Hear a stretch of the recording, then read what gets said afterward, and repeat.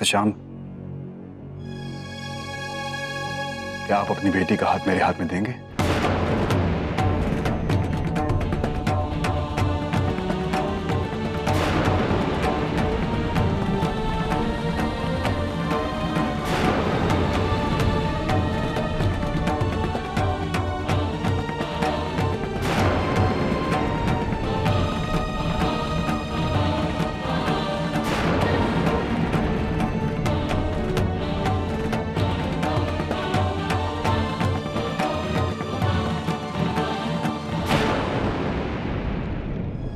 मैं आपके परिवार से जुड़ना चाहता हूं मिस्टर श्याम। अगर आप अपनी बेटी का हाथ मेरे हाथ में देंगे तो मैं अपने आप को बहुत खुशकिस्मत इंसान समझूंगा।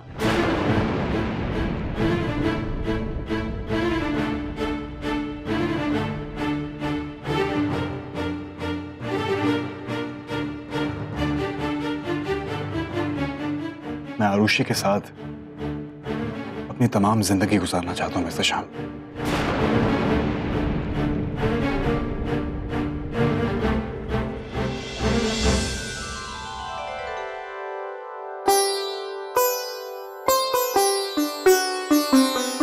मेरा यकीन कीजिए, मैं कभी उसे किसी चीज की तकलीफ नहीं होने दूंगा। उसे जिंदगी की सारी खुशियां दूंगा।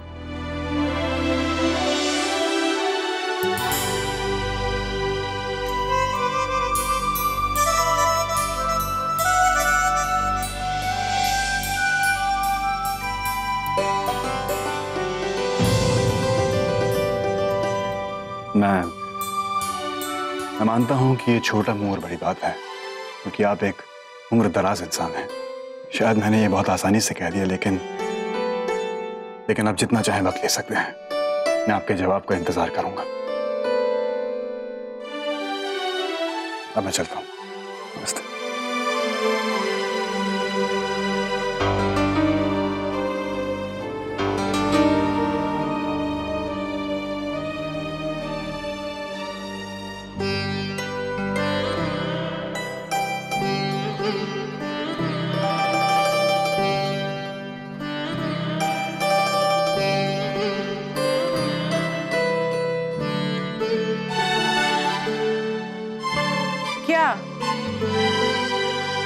क्या हुआ?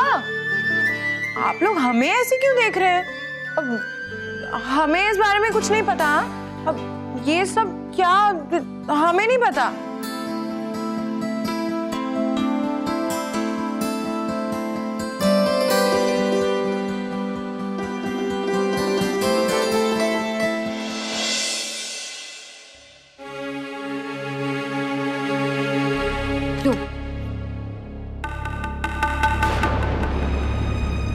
दूध पी लो। इस वक्त तुम्हारी सेहत को अच्छे खाने पीने की बहुत जरूरत है। काहे? का हुआ हमारी सेहत को? अरे हम बिल्कुल ठीक हैं और ये सब करने की कोनो जरूरत नहीं।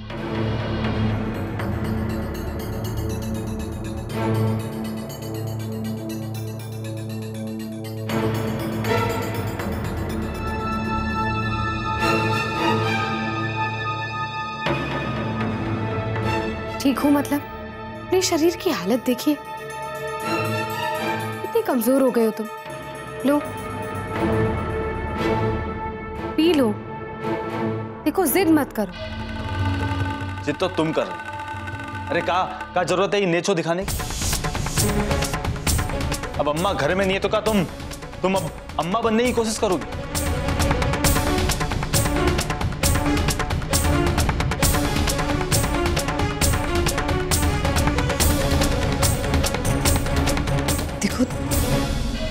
तुम चाहे जो भी कहो,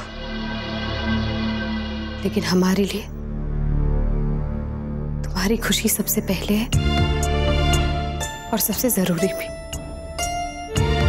और जब तुम हमारे साथ खुश हो ही नहीं तो फिर हमें बचाने की क्या जरूरत थी?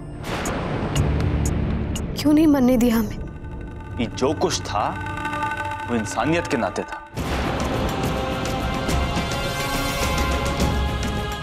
सिर्फ इंसानियत के नाते?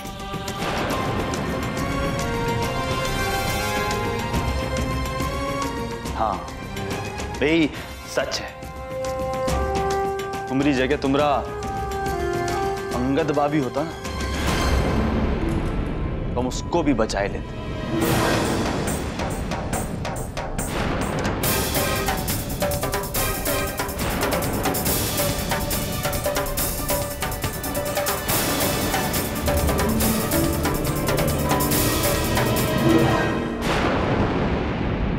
प्रतिज्ञा,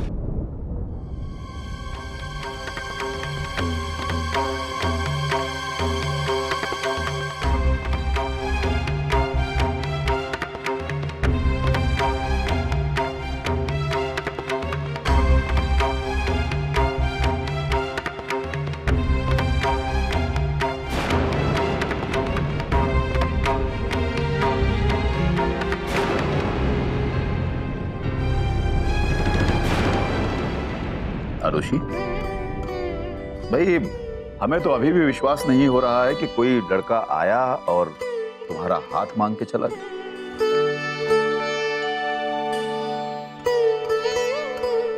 वैसे तुम्हारा इस बारे में क्या ख्याल है? देखो बेटा, सोच समझ के जवाब देना, जिंदगी भर की बात है। अगर किसी भी तरह की कोई आपत्ति हो तो वो हमसे कह देना।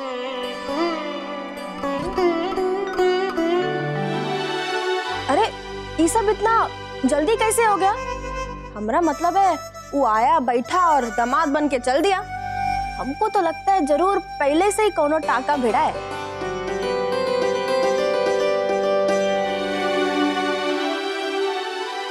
चुपके चुपके प्यार प्यार का खेल खेल रहे थे दोनों, हैं? अरे कोमल, भाभी, हमारे घर में हमेशा हर एक को इतनी आजादी मिली है कि कोई भी काम ना चुपके चुपके करने की जरूरत नहीं है। ये बात तो है। अब देखो ससुर जी, जो होता है ना अच्छे की खातिर होता है। अरे तुम्हारे जेल जाने का कितना फायदा हुआ? अरे दामाद ढूंढ लाए, रूबी ऐसा कि खुदा ही रिश्ता मांगने आ गया।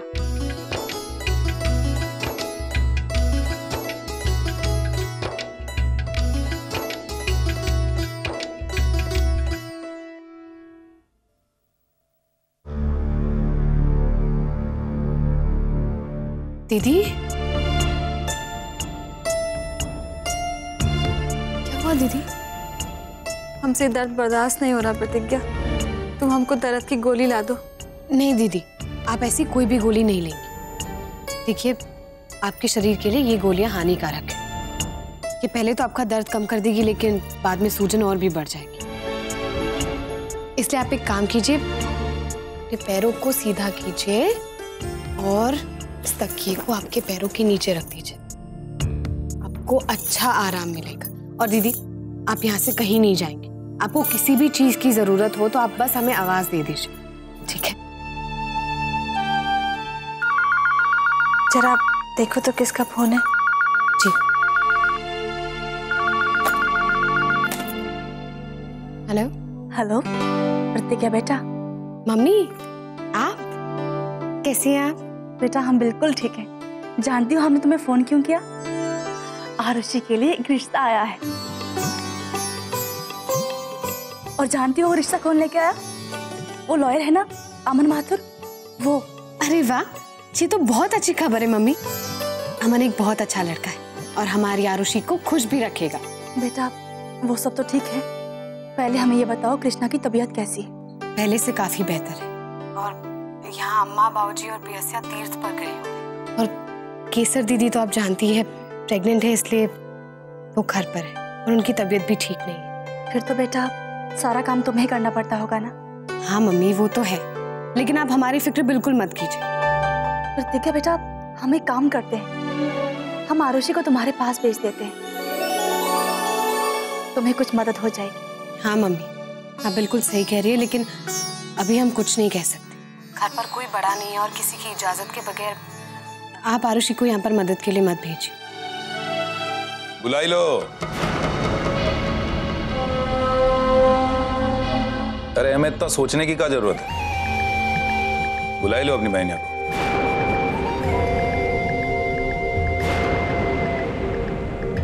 ऐसे वक्त में घर के लोग ही तो काम आते हैं। हाँ, बुलाई लो।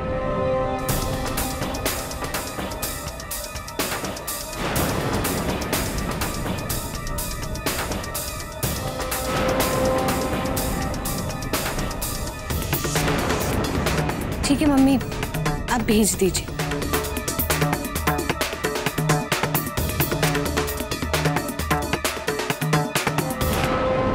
ठीक है जी।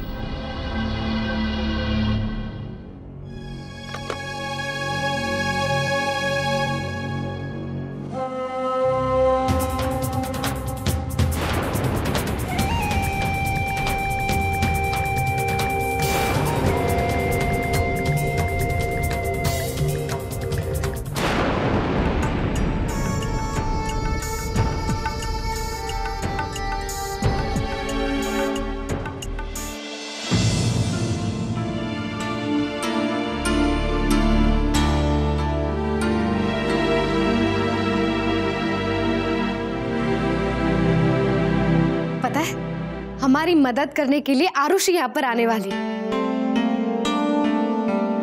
और एक और अच्छी खबर है, अमन ने आरुषि के साथ शादी का प्रस्ताव भी रखा है। अमन एक बहुत अच्छा लड़का है, आरुषि को बहुत खुश रखेगा और दोनों की जोड़ी खूब जमेगी।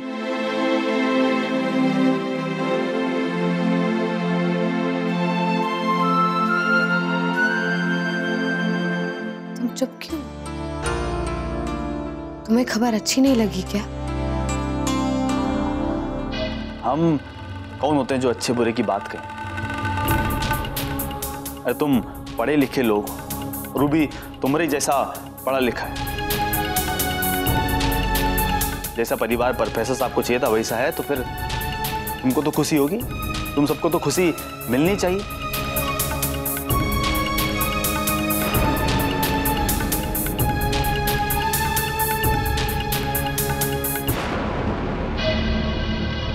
इसे आरुषि को कह देना कि अगर ओकरे पास भी कोनो राज है ना, तो शादी से पहले अपने पति को बताए दे।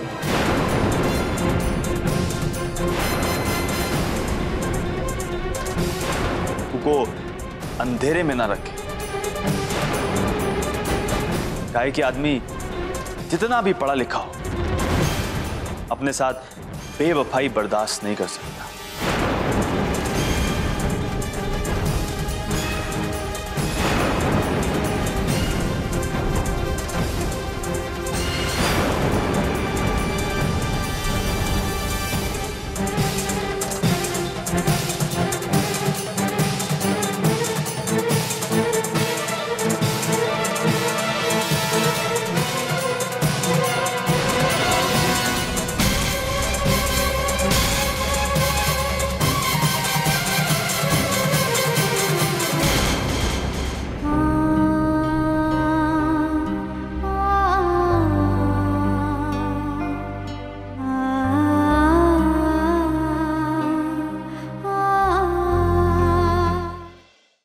मम्मी,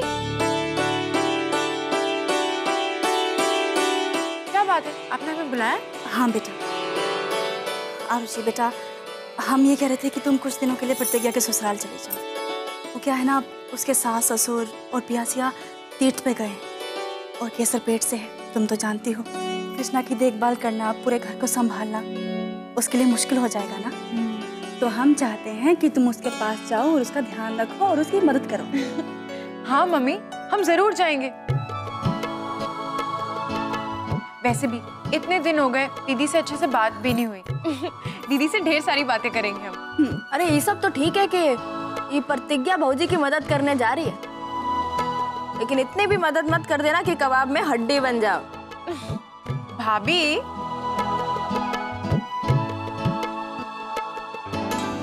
आपको ना ज्यादा परेशान होने की जरूरत नहीं है। वो क्या है ना, हम सब लोग शाकाहारी हैं, तो कबाब में हड्डी तो हम बन ही नहीं सकते। अरे वो सब तो ठीक है, लेकिन बहू, क्या तुम्हें ऐसा नहीं लगता कि प्रतिज्ञा को आरुषि को बुलाने से पहले अपने घर में किसी बड़े की सलाह ले लेनी चाहिए? वरना उसके सास ससुर कहेंगे हम लोग यहाँ नहीं थे, तो प्रतिज्ञा ने मनमानी करके आरुषि को बुला लिया। अरे भाई, वो लोग तो बात का बतंगड़ बना देते हैं, उन्हें तो बस लड़ने के लिए बहाना चाहिए। हाँ माँ, बिल्कुल ठीक कह रही है। पर हम जब उससे फोन पे बात कर रहे थे ना, तो शक्ति ने सब बातें सुन ली थी। तो उसी समय उसने इजाजत दे दी कि वो आरुषि को बुला सकती है। अच्छा,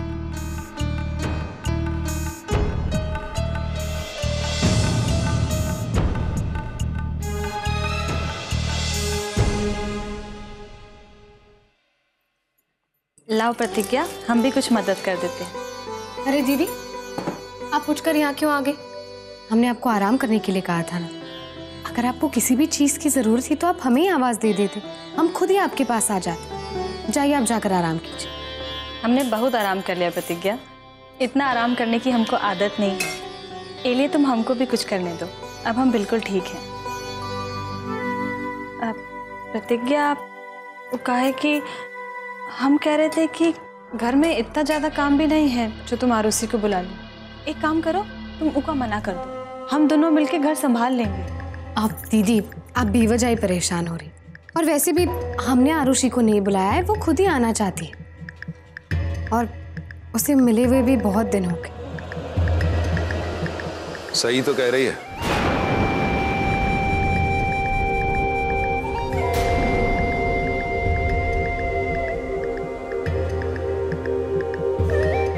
अरे इतना भी नहीं पता कि जब बीवी पेट से होती है तो साली ही आके उसका घर संभालती है। अभी सब तुमको कैसे पता होगा? तू कहेगा तुम्हारी तो कोनो बहन है ही नहीं। अब जब आरुषिया आए रही है तो आने दो, आखिर वो भी तो तुम्हारी बहन जैसी है। जब साली धर्म निभाने का मौका मिला है तो निभाने दो।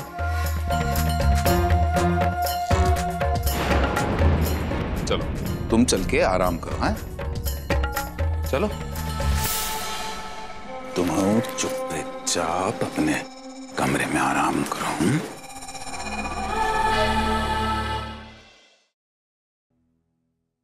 अरे अभी तक नहाए नहीं?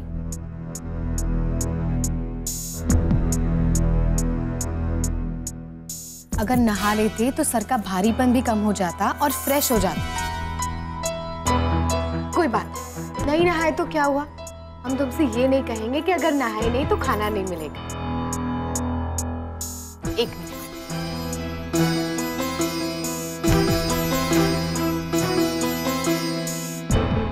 अब नहाए नहीं तो कोई बात नहीं, कम से कम सूप तो पी लो।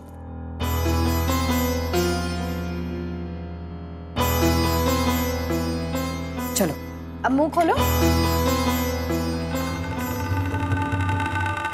रहने दो, ये दिखावा करने की कोनो जरूरत नहीं। वहां रख दो, हम खुद खा सकते हैं। ये हम जानते हैं कि तुम खुद खा सकते हो, लेकिन अगर हम खिलाते तो? चलो अब अच्छे बच्चों की तरह मुंह खोलो, आ करो, पी लो, आ करो।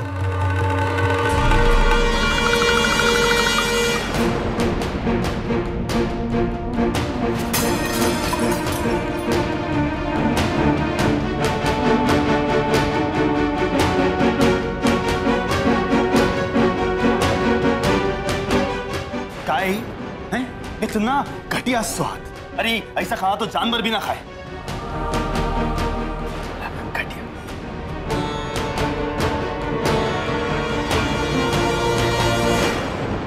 अगर तुम्हें अच्छा नहीं लगा तो हम दूसरा बना कर लाते। क्योंकि कोनो जरूरत नहीं ना।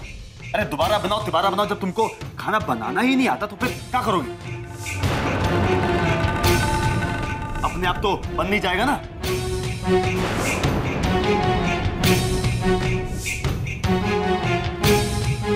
कृष्णा, तुम ऐसे क्यों कह रहे हो? तुम्हें तो हमेशा ही हमारा खाना अच्छा लगता था, अब अचानक क्या हो गया? अचानक कुछ नहीं होता, कुछ नहीं हुआ। पहले तुम्हारा खाना हमको बहुत अच्छा लगता था। तुमका हम अंधाए गए थे ना, अच्छा बुरा सही गलत कुछ तो दिखाई नहीं दे रहा था। लेकिन अब हमारी आंखें खुल गई, अब सब कुछ साफ साफ दिखाई दे रहा है। नहीं खाना हमको कुछ। अच्छा तो हम कुछ और बना कर लाते। देखो तुम्हें दवाइयाँ लेनी है और दवाओं को खाली पेट नहीं लिया जाता है।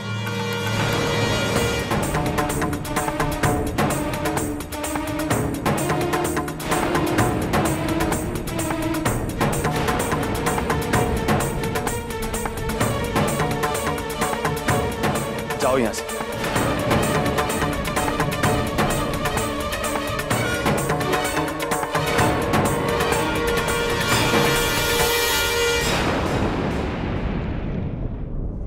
प्रतिज्ञा बन जाए।